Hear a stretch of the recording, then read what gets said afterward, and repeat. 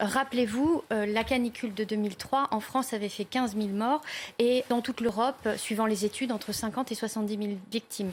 Donc on sait très bien que la canicule tue, on en a conscience.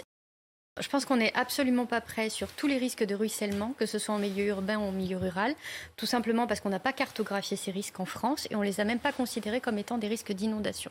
On voit qu'on a des phénomènes extrêmement violents qu'on ne maîtrise pas, on ne sait même pas les prévoir exactement, localement. Et on est juste à côté, nous on est entre les deux. Moscou est à 42 degrés, le Brésil, le Canada ou la Californie et le Mexique vivent des températures records. De l'autre côté, le Pakistan, on vient d'atteindre 42 degrés avec une température mouillée qui est la température qui lie l'humidité et donc correspond aussi à la limite humaine qui vient encore d'être dépassée aujourd'hui. Donc on voit bien comme ça que tout explose et chez nous effectivement il pleut. Mais si demain on a une nouvelle canicule en France, qui est fort probable vu les prévisions saisonnières de Météo France, il faut savoir que nos bâtiments sont absolument pas prêts. Alors, on vit déjà des ouragans de plus en plus violents.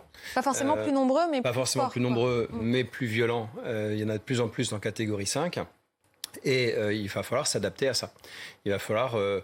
on a parlé tout à l'heure, Emma parlait de la taille des égouts qui n'était pas suffisante. Et ben c'est typiquement le genre de décision qu'il va falloir prendre. C'est très opérationnel. Voilà, dans une mairie, il va falloir qu'on se dise la prochaine inondation.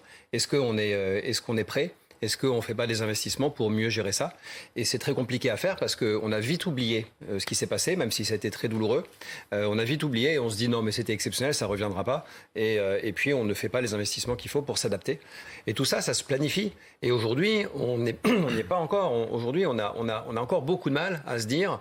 Eh bien, on va mettre les investissements là-dessus. Je ne parle même pas d'arrêter les émissions de CO2 qu'il faut faire par ailleurs. Là, on parle juste d'adaptation. Voilà, il faut s'adapter. Donc déjà, vous vous rendez compte, le changement climatique, il est avéré, il est en cours, on se le prend déjà. On a du mal à s'adapter aux décennies qui viennent où on sait que ça va être de pire en pire.